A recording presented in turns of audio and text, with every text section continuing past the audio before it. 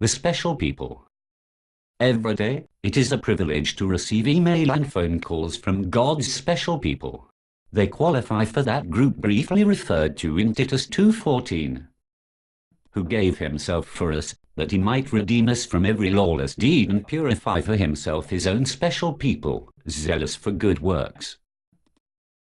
Paul reviewed them as ranging from older men and women, young married couples, as well as servants and singles, who had one common bond. They turned from this world and its labors, 2 Tim 4:18, evil works, bondage, ceasing to embrace its other gods, and were forward-looking to the appearing of our great God and Savior Jesus Christ.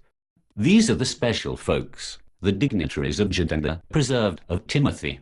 These are the special treasures both to know and emulate.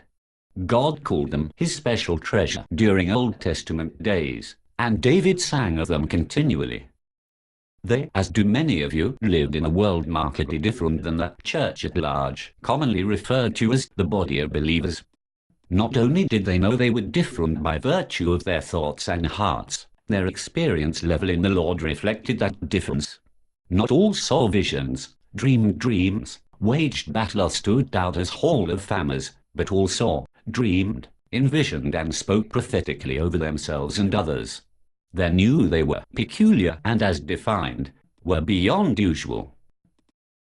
Laughingly, my aged mother would reply to someone who challenged her right to stand out of line at a queue, "But you don't understand, I'm special." She truly was. Similarly, in the queues of religion there are few who understand that God has a possession of special people. They are his. They are preserved by him, for him. The whole church was born to be these, just as the whole nation of Israel was, but alas, Israel turned from that designation, and so has the church. Special folks have to exist though, because the tug and pull into the vacuum of religion is so great that without them, those who are drawn away would never realize the difference between themselves and those others. Paul compared these two groups in 2 Timothy 2:3. He stated, "I endure all things for the sake of the elect, the special folks." They are the enduring ones. It is the enduring ones who reign. They are the sealed ones. Cancerous Hymenaeus and Philetus will not be sealed.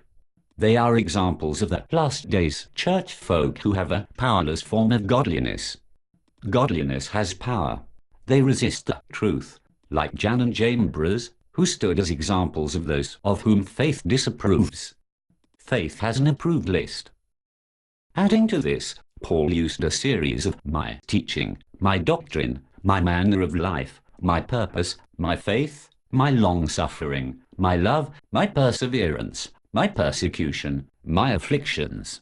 Every one of the special folks can relate to these my passages, for they possess the same traits. Paul even declared a special note for the special folks. Continue in the things which you have learned and been assured of. Alas, the church writhes in the last days enigma of heaped up a Texas pile-up, teachers who please ears and teach fables. This is why there is a great need for the special folks to do the work of an evangelist, knowing that the Lord will stand and strengthen them. He will preach through them and deliver them from the lion's mouth. This is the group that can say forcefully, 2 Timothy 4:18, "And the Lord will deliver me from every evil work, those works that are man's labors, and seal me for his heavenly kingdom. To him be glory forever and ever. Amen." Personally, I have internalized this verse as a prayer and confession every day of my life. The end of study of the special people.